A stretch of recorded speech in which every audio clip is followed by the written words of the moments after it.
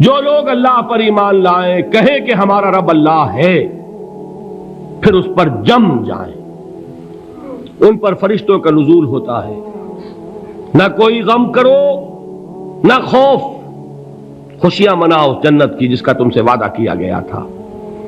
اللہ کی ربوبیت پر اطمینان جب انسان کو ہو جاتا، میرا رب اللہ ہے، ربی اللہ، انسان کے لیے نہ کوئی کھٹکا، نہ کوئی خطرہ، نہ کوئی خوف، نہ کوئی حزن۔ جو کچھ ہو رہا ہے کس کے اذن سے ہو رہا ہے؟ اللہ کے اذن سے۔ اللہ کے اذن کے بغیر پتہ تک نہیں ہلتا۔ یہ کوئی اندھا بہرا مادہ نہیں ہے جس سے مجھے کوئی خوف ہو۔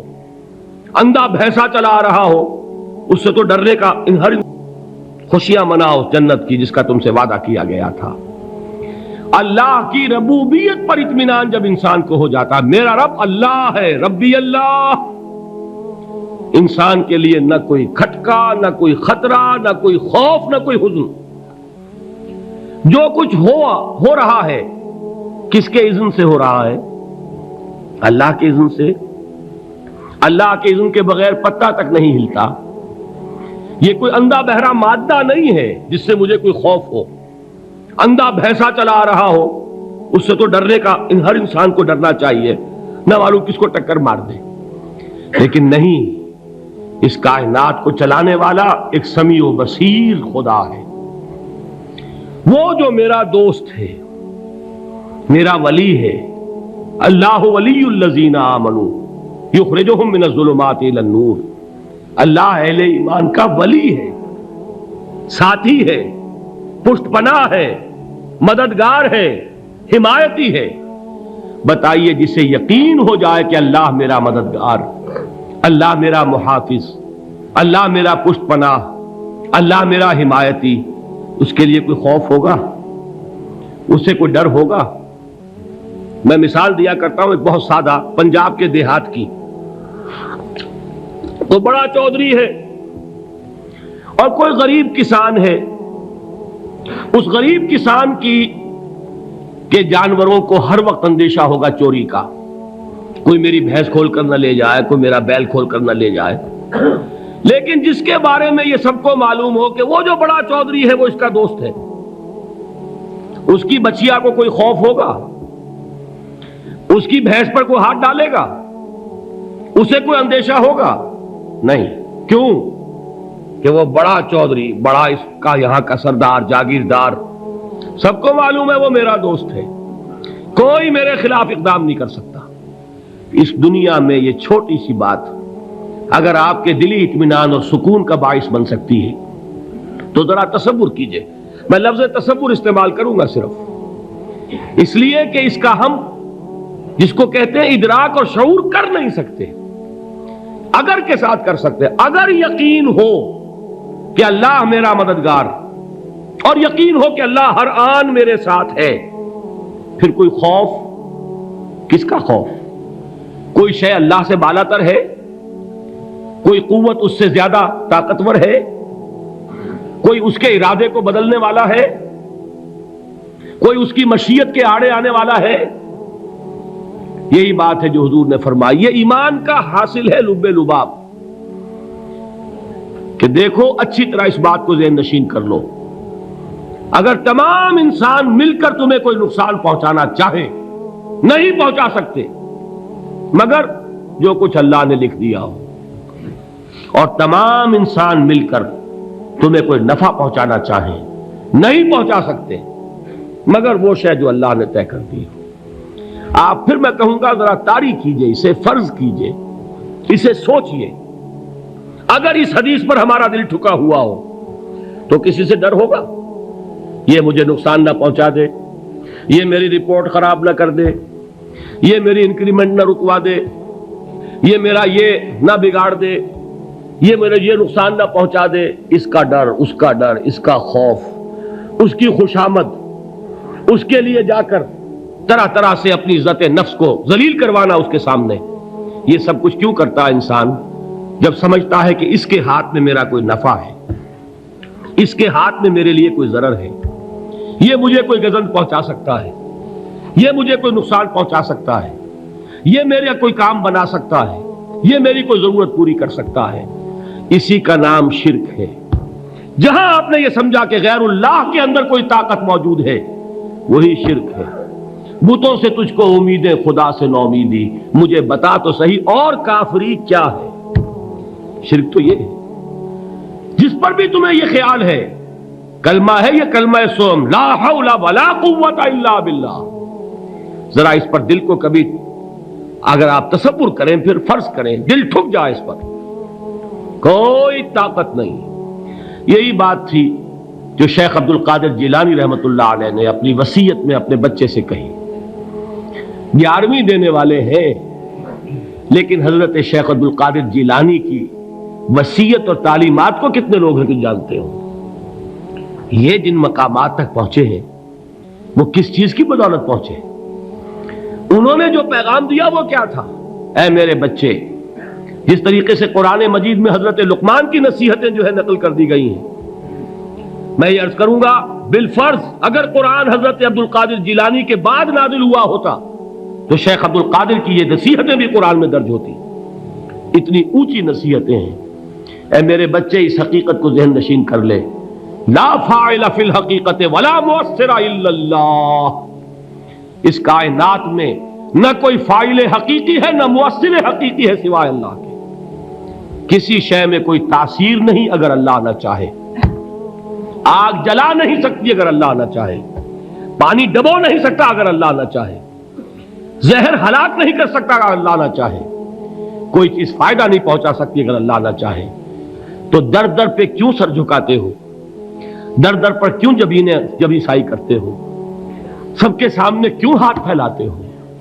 ایک اللہ سے مانگو، ایک اللہ کے سامنے زبین پر اپنی جبین رکھو، لا فاعل فی الحقیقت ولا مؤثر الا اللہ۔ نظر آتا ہے ہمیں کہ پانی پیاس بجھا دیتا ہے، پیاس بجھانے کی صلاحیت پانی میں نہیں ہے، اللہ کے اذن سے۔ کھانا بھوک مٹا دیتا ہے، بھوک مٹانے کی صلاحیت کھانے میں نہیں ہے، اذن رب میں ہے۔ دیکھیے یہی یقین تھا حضرت موسیٰ علیہ السلام کا واقعہ یاد کیجئے۔ سامنے سمندر آ گیا ہے، قوم دیکھتی ہے پیچھے کہ گرد و غبار کا طوفان ہے۔ معلوم ہوا کہ فرعون اپنے لشکر سمیت آ گیا ہے۔ لشکر جب چلتا تھا تیز رفتاری کے ساتھ تو گرد و غبار کا جو طوفان اٹھتا تھا اس کا تصور کیجیے، اور لمحہ بلمحہ وہ قریب آ رہا ہے۔ پوری قوم نے کیا کہا؟ اے موسیٰ انا لمدرکون، اے موسیٰ ہم تو پکڑے گئے۔ قرآن مجید نے تو یہاں وہ باتیں نہیں لکھی ہیں، لیکن تورات میں یہ درج ہے کہ بنی اسرائیل جھگڑنے لگے، دست و گریبان ہو گئے موسیٰ کے ساتھ۔ موسیٰ ہمیں یہاں مروایا لا کر، اس سے تو ہم ہی بہتر تھے، وہاں کھانے کو ملتا تھا، زندگی تو تھی، بیگار ہم کر رہے تھے، موت تو نہیں تھی۔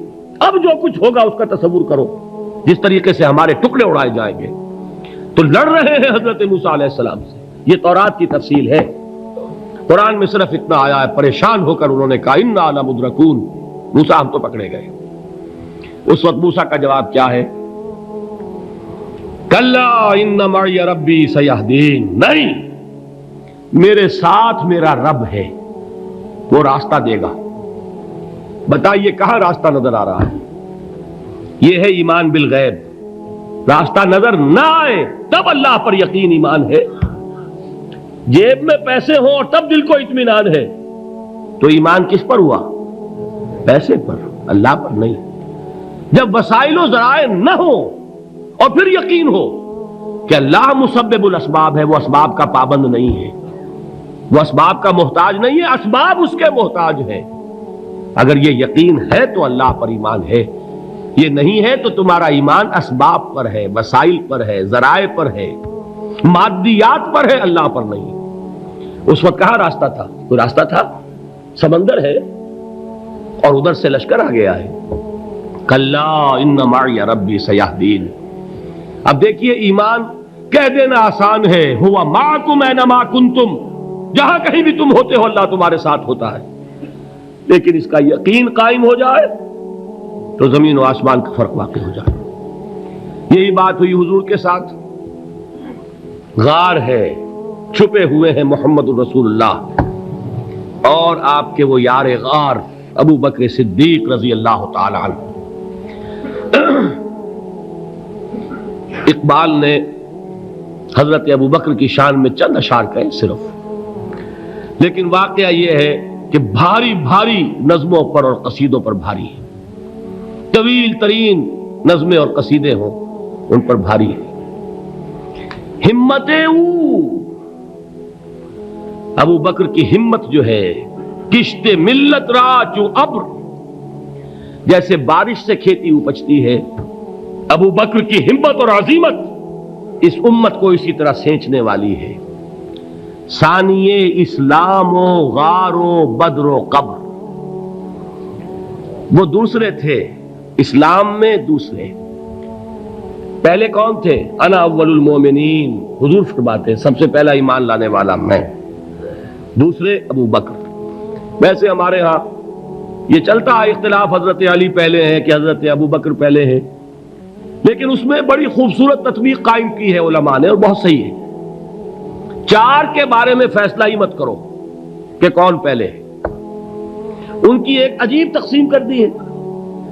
آزاد مردوں میں، بالغ مردوں میں سب سے پہلے ابو بکر، بچوں میں سب سے پہلے علی، خواتین میں سب سے پہلے خدیجہ، اور غلاموں میں سب سے پہلے زید ابن حارثہ. بڑی پیاری تقسیم ہے. یہ چاروں ہی پہلے ہیں، ہر ایک کے لیے اولیت ہے. اور واقعہ یہ ہے کہ اگر زمانی اعتبار سے تعین ہوگا تو پہلے خدیجۃ الکبریٰ آئیں گی رضی اللہ تعالی عنہ. کسی اور سے بات کرنے کی نوبت بعد میں آ سکتی ہے، پہلے تو اہلیہ محترمہ سے بات ہوئی ہے. آتے ہی پہلی وحی ہوئی ہے، ابھی تبلیغ کا حکم نہیں تھا. کس کو بتایا واقعہ؟ ابھی اپنی نبوت کی تبلیغ کا تو حکم ہی نہیں آیا. واقعہ کس کا ہے؟ وہ خدیجہ کا ہے. جب کہا ہے کہ خشیت علی نفسی، مجھے اپنی جان کا اندیشہ ہے، تو کیا جواب دیا خدیجہ نے رضی اللہ تعالی عنہا؟ وہ صدیقۃ الکبریٰ ہے. صدیقات جو ہے خواتین، ان میں چوٹی پر خدیجۃ الکبریٰ ہے رضی اللہ تعالی عنہا. اور صدیق جو مرد ہیں ان میں صدیق اکبر ہے ابو بکر صدیق رضی اللہ تعالی عنہ.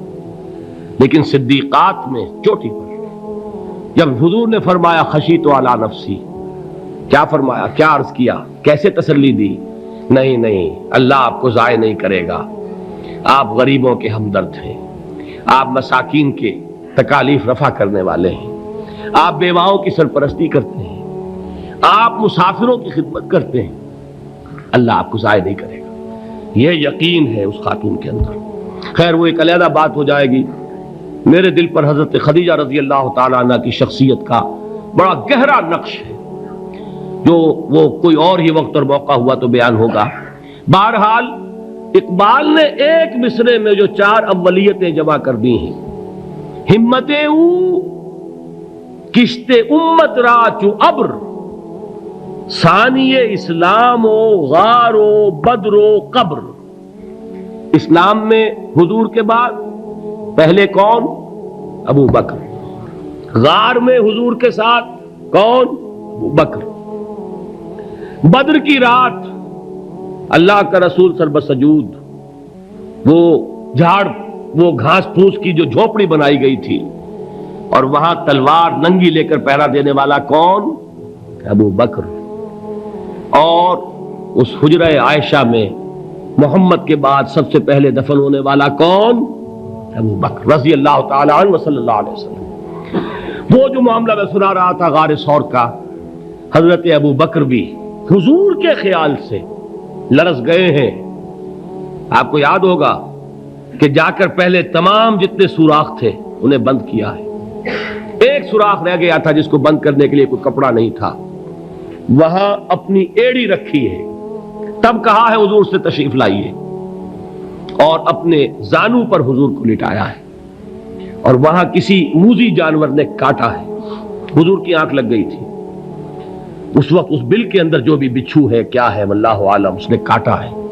اس کی تکلیف کی وجہ سے ابو بکر کی آنکھوں سے آنسو ٹپک گئے. حضور کے چہرے مبارک پر پڑے ہیں تو حضور جاگے ہیں، معاملہ کیا ہے؟ ایڑی نہیں ہٹائی وہاں سے، مبادا وہ جانور وہاں سے نکل کر محمد الرسول اللہ کو کوئی گزن پہنچا دے۔ ابو بکر کی ایڑی ہے، جس طرح چاہے کھا لے، ختم کر دے، جان نکل جائے تب کوئی آنچ آئے محمد پر تو آئے، لیکن جیتے جی نہیں۔ وہ ہے ابو بکر۔ حضور کے خیال سے اس وقت حضور نے پھر اپنا لعاب دہن لگایا ہے، اور اس سے پھر آپ کی تکلیف ختم ہوئی۔ جیسے خیبر میں حضرت علی کی آنکھ دکھ رہی تھی، اس کو جو شفا حاصل ہوئی ہے وہ بھی حضور کے لعاب دہن سے ہوئی۔ تو بہرحال اس وقت انہوں نے کہا ہے کہ اے نبی یا رسول اللہ، اگر اس وقت ان میں سے کسی نے غیر ارادی طور پر بھی اپنے قدموں کی طرف جھانک لیا تو پکڑے جائیں گے۔ کیا جواب تھا اللہ کے رسول کا؟ لا تحزن ان اللہ معنا، اللہ ہمارے ساتھ ہے، کیوں گھبراتے ہو ابو بکر؟ یہ ہے ایمان باللہ، میرا مالک اللہ، میرا رازق اللہ، میرا محافظ اللہ، میرا مددگار اللہ، میرا پشت پناہ اللہ، میرا دوست اللہ۔ یہ دوستی ہے اللہ کی جو لب لباب ہے، حاصل ہے ایمان کا، اسی کا نام ولایت ہے۔ اولیاء اللہ کے سروں پر سینگ نہیں ہوتے، جس کے دل میں ایمان راسخ ہو چکا ہو وہی اللہ کا ولی ہے، جسے اللہ پر یقین ہو چکا ہے وہی اللہ کا ولی ہے، جسے یقین ہے اللہ میرے ساتھ ہے، میرا مددگار، میرا پشت پناہ، میرا ساتھی، میرا دوست، میرا محبوب، میرا محب۔ اللہ اہل ایمان سے محبت کرتا ہے۔ واللہ یحب الصادقین، ان اللہ یحب الذین یقاتلون فی سبیلہ صفا کانہم بنیان مرصوص۔ اللہ محبت کرنے والا، اہل ایمان محبوب، اور اہل ایمان محبت کرنے والے اللہ محبوب۔ والذین آمنوا اشد حبا للہ۔ آپ تصور کیجئے جسے یہ رشتہ ایمان یا رشتہ ولایت حاصل ہو جائے، الا ان اولیاء اللہ لا خوف علیہم ولا هم یحزنون، آگاہ ہو جاؤ، اللہ کے دوستوں کے لیے نہ کوئی خوف ہے نہ کوئی حزن ہے۔